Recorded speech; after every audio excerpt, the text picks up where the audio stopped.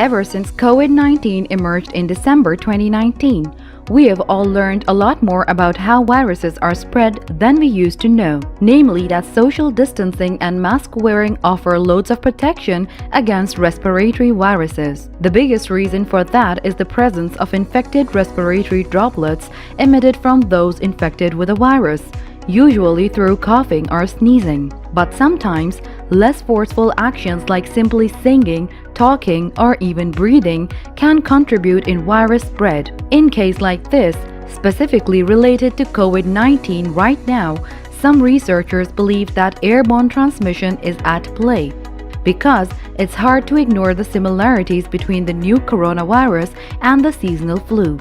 Does that mean the flu could be airborne as well? First, a bit about what airborne means when talking about infectious diseases. Most of it boils down to respiratory droplet size and droplet nuclei. The larger a respiratory droplet is, the quicker it's going to fall on the ground. Once the droplet hits the surface, a person then has to touch that surface and then touch their mouth, nose, or eyes to become infected. The smaller a particle is, however, the longer it can linger in the air and infect people that way. The smaller particles don't quite make it to the ground as fast and can evaporate more quickly. One example of a truly airborne virus is measles. Measles virus is so small that it can remain infectious in the air for up to 2 hours after an infected person leaves a space. It's also why measles spreads so rapidly when there's an outbreak. But it gets a bit tricky when talking about influenza and airborne transmission. Traditionally, influenza viruses have been spread primarily through large respiratory droplets emitted when a person sneezes or coughs.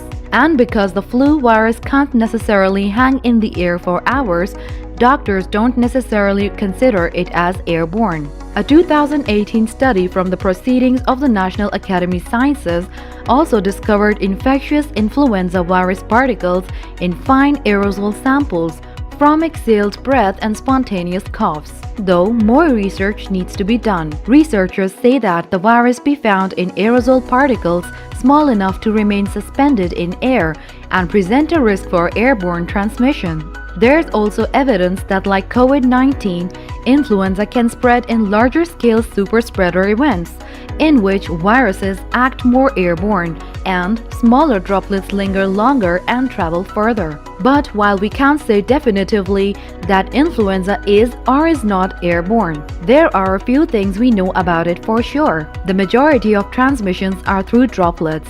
That means droplets produced by those infected with the virus can then land in the mouths or noses of people nearby. It is why social distancing and mask wearing, both of which are helpful in preventing the spread of COVID-19, are also extremely helpful practices to protect yourself and others against the flu. It is also said influenza can spread through contact with infected surfaces.